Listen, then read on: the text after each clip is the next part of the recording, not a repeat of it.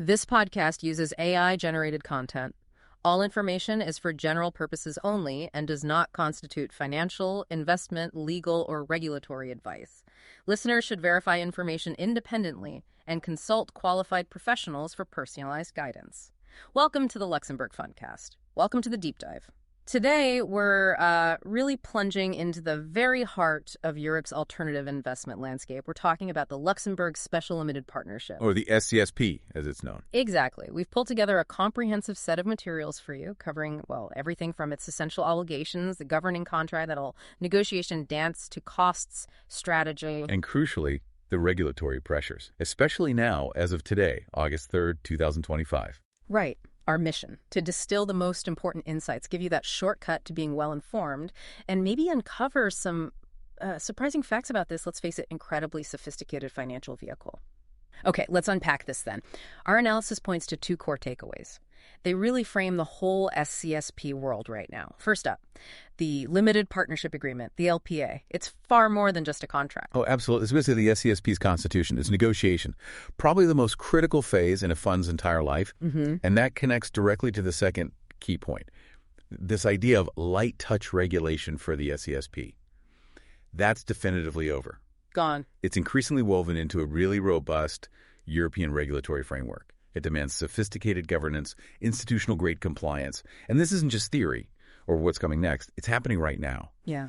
What's truly fascinating, I think, is how these two things, this huge contractual freedom on one side and the increasing relentless regulation on the other, create this dynamic tension. Yeah. It completely defines the SCSP landscape today. That tension is exactly it. It's what makes it so interesting to look at. So let's start with the basics then. What is an SCSP fundamentally, and why was it created? What problem was it meant to solve? Okay, at its core, an SCSP is a commercial company. You need at least two partners to set it up. You've got your general partners, the GPs that carry joint, and, importantly, unlimited liability for the partnership's debts and obligations. Right. And then you have the limited partners, the LPs. Their liability is capped, limited to whatever amount they've committed to contribute to the fund. Got it. Luxembourg brought this structure in back in 2013.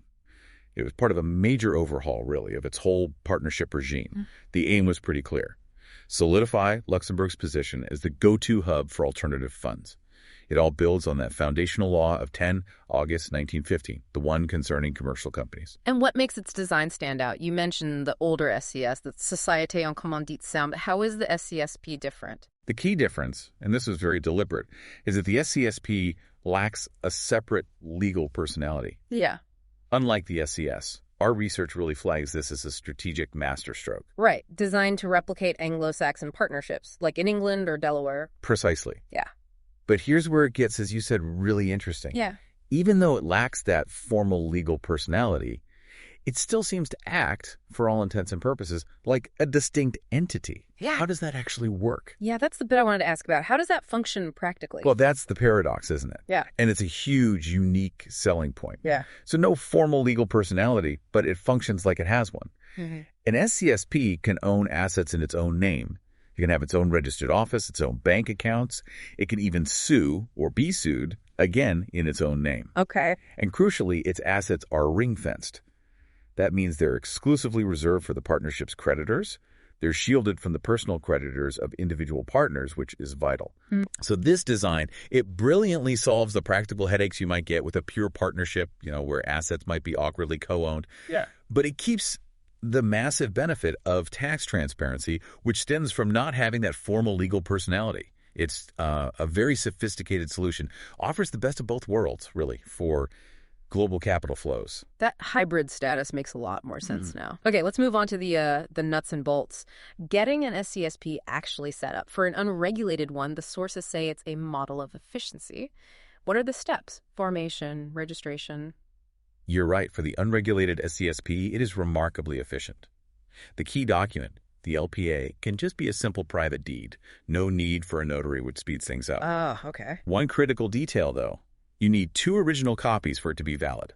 Although increasingly, people are using qualified electronic signatures on counterparts, which is fine too. Makes sense. Once that LPA is sorted, the SCSP has to be registered with the Luxembourg Business Registers, the LBR. You got 1 month to do that. It involves filing an extract of the LPA, Just an extract, not the whole thing. Exactly, just an extract. And that extract then gets published in the electronic gazette, the RESA. That's the Recueil électronique des sociétés et associations. Now, privacy. That seems to be a really big draw for investors with the SCSP. What does that public extract actually show? And more importantly, what does it keep private? Yeah, the cleverness is definitely in what's not published. Yeah. The law is specific about what must be disclosed. The GP's identity, the partnership's name, its purpose, registered office, who the manager is, their signing authority, how long the partnership lasts, that sort of thing. Okay. But, and this is the key point, the identities of the limited partners and the size of their individual contributions, those are explicitly not required to be published. Exactly. That provides a really robust shield of confidentiality. And you can imagine that's highly valued by big institutional investors, family offices, high net worth individuals. Absolutely. So privacy is a major plus. What about the internal side? Record keeping, ongoing governance, what's required there? Right. So beyond the public filing, there's a requirement for a meticulous internal partners register. That has to be kept at the SCSP's registered office. Okay, what goes in that? It needs an up-to-date, certified copy of the LPA itself, a complete list of all partners, GPs, and LPs, and a detailed ledger showing their partnership interests and any transfers of those interests. Pretty comprehensive. And governance. Governance is strictly dictated by the LPA. Management is usually entrusted to one or more managers, could be the GP itself, but there's a crucial rule here, particularly for LPs. They must avoid external management. That means representing the partnership to third parties. Why is that so important? Because if an LP crosses that line, it can completely shatter their limited liability protection. They could suddenly find themselves exposed to unlimited liability, just like a GP. It's a very clear boundary. Okay, noted. What about accounting and transparency on a broader scale? Well, for accounting, unregulated SCSPPs don't actually need audited annual accounts. They just need to maintain proper books and records. That changes significantly, of course, if it's a regulated vehicle. Like a SIF or an AIF managed by an AIFM. Exactly. Then audited reports become mandatory.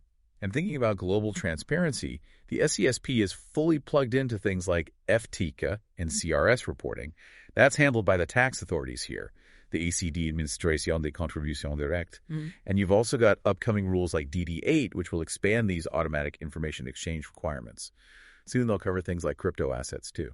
It really is quite something, isn't it? An entity without legal personality achieving such a high degree of, well, privacy on one hand, yet being subject to these really rigorous international reporting standards on the other. It really speaks to its engineered sophistication, I think. It certainly does. Let's dig into the absolute heart of the SCSP now. The limited partnership agreement itself. We've called it the fund's constitution, emphasizing its contractual supremacy. What are the key things typically laid out in this vital document? The LPA is absolutely paramount. It allows for a truly bespoke vehicle because it can override most of the default rules you'd find in Luxembourg company law. And these aren't short documents either. For a complex institutional fund, you could easily be looking at hundreds of pages. Wow. Okay, so what are the big sections? Well, you'll always have a section on capital and partnership interests. This defines how contributions are made, whether it's cash, assets in kind, services, even know-how. And there's no statutory minimum capital requirement, which offers immense flexibility. Right. And then the economics. Distributions and the waterfall. Sounds like the engine room. It really is the core financial agreement between the GP and the LPs. The waterfall is basically a tiered system for carving up the profits. Typically, the first distributions go to return the LP's contributed capital. Okay, makes sense. Get your money back first. Exactly. Then, often, a preferred return or hurdle rate kicks in. For the LPs, you often see something like 8% per year mentioned. After the LPs get their capital back, plus that preferred return, the GP often enters what's called a catch-up phase. Catch-up? How does that work? Think of it like this. If the ultimate profit split is meant to be, say, 80% for LPs and 20% for the GP's carried interest, well, after the LPs get their pref, the GP might then take a very high percentage, sometimes even 100% of the next slice of profits, until their share catches up to that overall 20% target. Okay. So they get brought up to speed before the final split kicks in. Precisely. And then you typically revert to that 80-20 split for all the remaining profits. Now, to protect LPs, especially if distributions are made deal by deal rather than waiting until the whole fund liquidates, you absolutely need strong clawback provisions. Clawback. Yes, this is a legal obligation on the GP. If it turns out they receive more carried interest than the fund's ultimate performance justified, the clawback forces them to return the excess. It's a crucial safety net for LPs. Very important. Beyond the money side, how does the LPA handle management and governance? And what if a partner, doesn't pay up? Defaults. Good questions. The management and governance clauses clearly set out the GP's or manager's powers. Often they also include limits on that authority, maybe on investment size or how much debt the fund can take on. They also establish the LP Advisory Committee, the LPAC. It's a really important consultative body for the LPs, giving them oversight and a voice, although it doesn't usually make binding management decisions itself. Okay, consultative, not directive. Exactly. The LPA also meticulously covers the transfer of interests, how LPs can sell or transfer their stakes. This often requires a formal transfer agreement and is essential for the secondary market to function. Right. And finally, you have robust defaulting partner provisions. These spell out what happens, and the consequences are usually severe if an LP fails to meet a capital call, meaning they don't provide the money when the GP asks for it. What kind of consequences? Oh, it can range from suspension of their voting and distribution rights, charging penalty interest, right up to forcing them to sell their interest at a discount, or even forfeiting it entirely. It sounds harsh, but it's the LPA's ultimate enforcement tool. It ensures LPs honor their commitments and protects the fund from disruption. Understood. So, putting all these complex pieces together, negotiating an LPA sounds, intense, far from straightforward. What's that process actually like for the people around the table? Intense is a good word for it. It's anything but a simple tick-box exercise. The LPA negotiation is genuinely a high-stakes process. You often have GP and LP interests pulling in opposite directions. And they both claim market standards supports their position. Exactly. Both sides frequently invoke this idea of a market standard, which, as the sources note, is notoriously fluid and subjective. It becomes a real battleground. Where are the main flashpoints typically? Economics, fees, and expenses, that's always a big one. LPs will really scrutinize how management fees are calculated, what exactly counts as a fund expense versus just being the GP's own overhead. Right. They want to ensure only legitimate fund costs are charged back to the fund and ultimately to them. Makes sense. What about accountability, control? That's the other major fault line, governance and fiduciary duty. You see large institutional LPs, for example, pushing hard for expanded GP fiduciary duties. They might also push for things like no-fault divorce provisions. No-fault divorce. Yeah, basically giving a supermajority of LPs the power to remove the GP without having to prove cause, like misconduct. It's about having an ultimate lever if the relationship sours badly. Interesting. And you mentioned the ILPA, the Institutional Limited Partners Association. How do they fit in? ILPA. Yeah. Their influence is huge. Even though their model LPA and guidelines aren't legally binding documents, they act almost like a shadow regulator. Well, they provide a powerful negotiation and benchmarking tool, especially for LPs. They set out principles, standard terms. Yeah. It reduces the information asymmetry between experienced GPs and LPs and effectively shapes market practice almost as much as formal regulation sometimes does. So the LPA negotiation also reflects the wider economy. Absolutely. It's a mirror to the prevailing economic climate. For instance, the increasing use of fund-level finance, things like subscription credit lines, that's led LPs to demand much more transparency and specific contractual limits on how much leverage the fund can use. They're worried about risk, but also performance distortion. And right now, with higher interest rates, slower M&A activity making exits tougher, negotiations are really zeroing in on liquidity and exits. LPs are pressing GPs hard for clear strategies on how they'll return capital. They're questioning things like recallable distributions, pushing for asset sales maybe sooner than the GP would like. So it really is dynamic. It absolutely is. If you connect this to the bigger picture, the LPA isn't just some static legal document. It's a living, breathing contract. It directly translates macroeconomic pressures, opportunities, investor sentiment right into its terms. It is truly the strategic blueprint for the fund. That perspective, the LPA as a living document, is incredibly valuable. Okay, let's switch gears slightly to the practicalities. The when, what, and how much. What are we looking at for timelines? Getting an SCSp actually launched and operational. Well, the SCSp offers this useful kind of two-track system for time to market. Yeah. If you're going for an unregulated SCSp, it's exceptionally quick. How quick? Because it doesn't need prior approval from the regulator, the CSSF, the Commission de Surveillance du Secteur Financier. It can basically be operational as soon as it's registered with the LBR. You're typically looking at just 1 to 3 weeks. Wow, that is fast. What about regulated SCSPs? That's the other track, and it takes longer.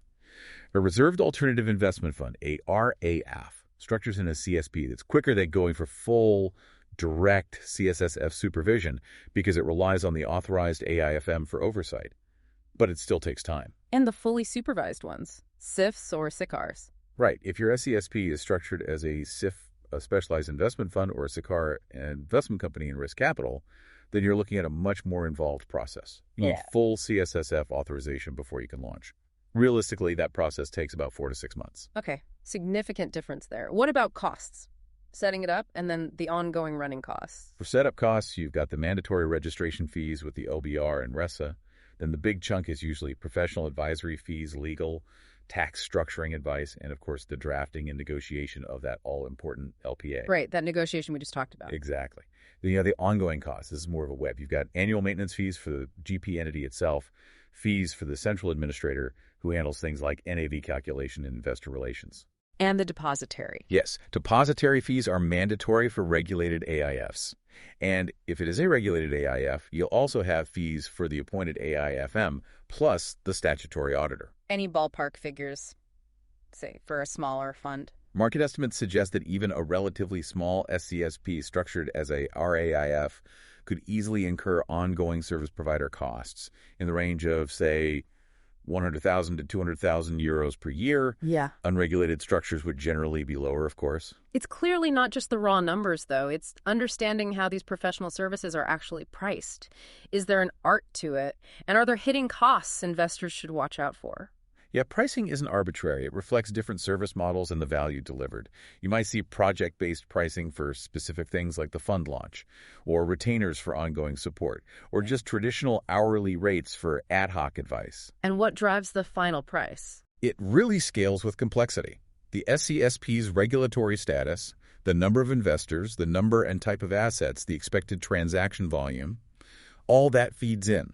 Just maintaining a single legal entity within a fund structure can easily cost, say, 25,000 euros a year, factoring in both direct costs and internal time. And hidden costs. You mentioned VAT. Yes, VAT leakage. This is critical and often underestimated. While the management services provided to qualifying AIFs are generally VAT exempt in Luxembourg, many other services the fund procures might not be. So the fund pays VAT it can't recover. Exactly. Luxembourg's standard VAT rate is 17%. If that applies to a service the fund buys and the fund can't reclaim it, that becomes a direct, non-recoverable cost. It just eats into investor returns. Yeah. Silent drag on performance. So meticulous VAT analysis up front is essential. Okay, that's a really important practical point. And transfer pricing, TP, how does that fit in? Right, transfer pricing. While it sounds like a niche tax compliance issue, it actually provides the essential conceptual toolkit for justifying all the fees and cost allocations within the fund structure, especially between relating parties, like the fee paid by the SCSP to its GP manager entity. It's about proving the fees are fair market value. Precisely. It's based on the arm's length principle. Would independent parties agree to this fee?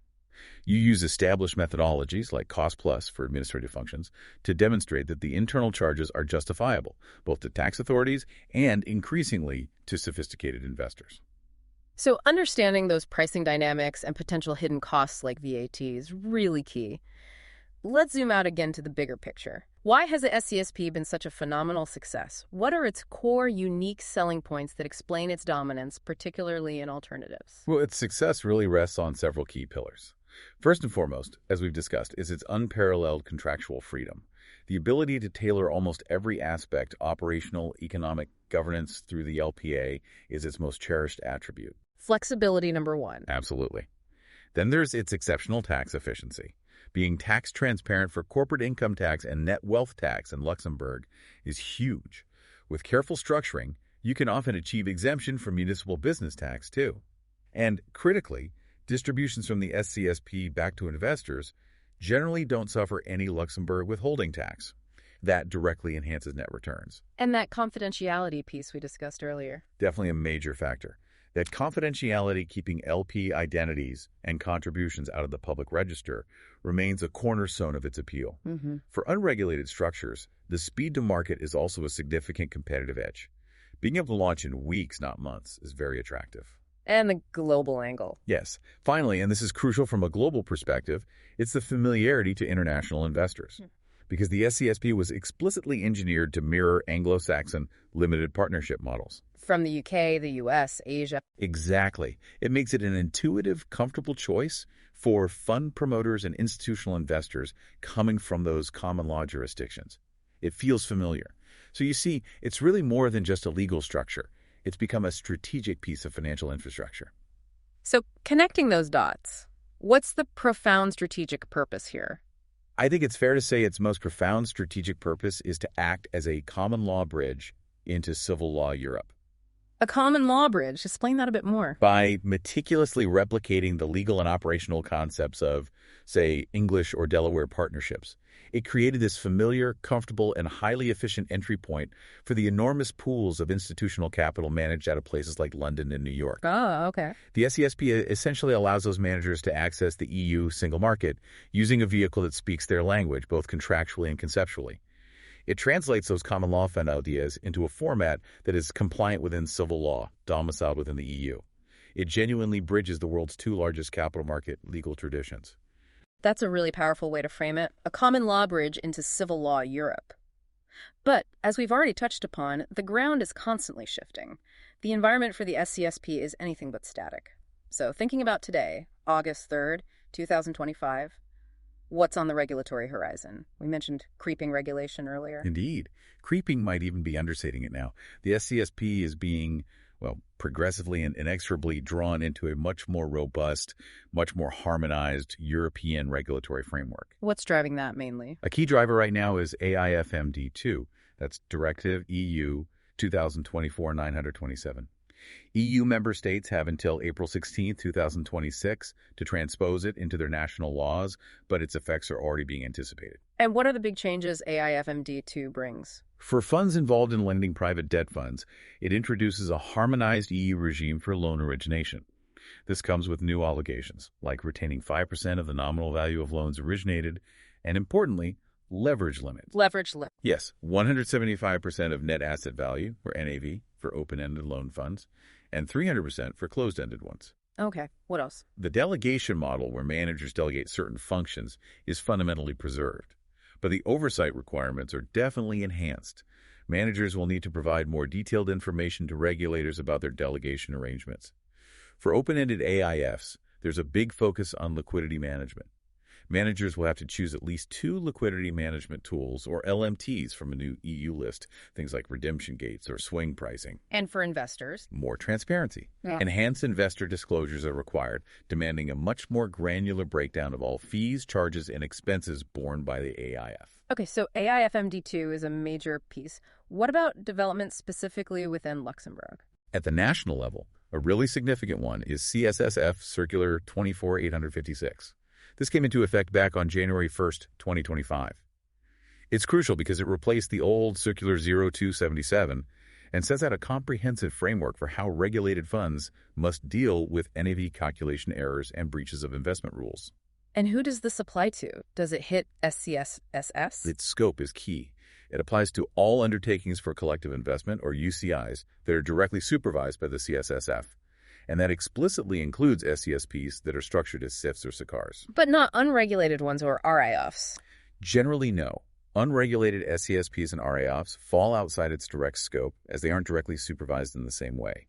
But for those SCSPs that are in scope, the SIFs and SICARs, this circular is highly prescriptive.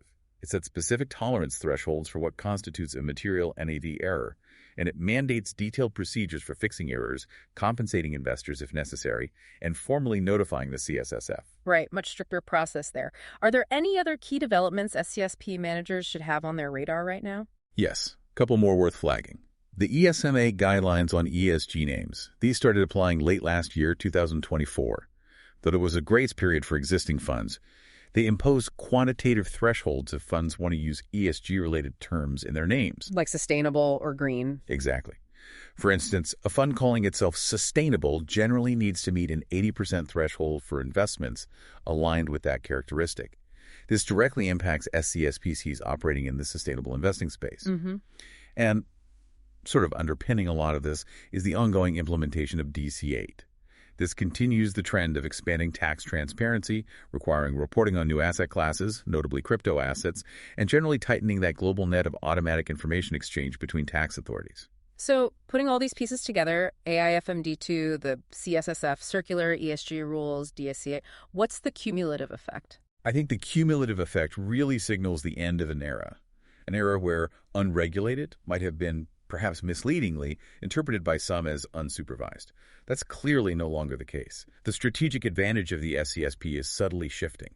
It's moving away from just being about a lack of regulation towards being about leveraging a highly flexible platform that is now governed by an institutional quality, robust, and increasingly forward-looking compliance framework. That's a crucial shift in perspective, definitely, for anyone involved with SCSPs. Okay, to bring this all home, let's quickly recap our 2 essential takeaways for you, our listener. First takeaway.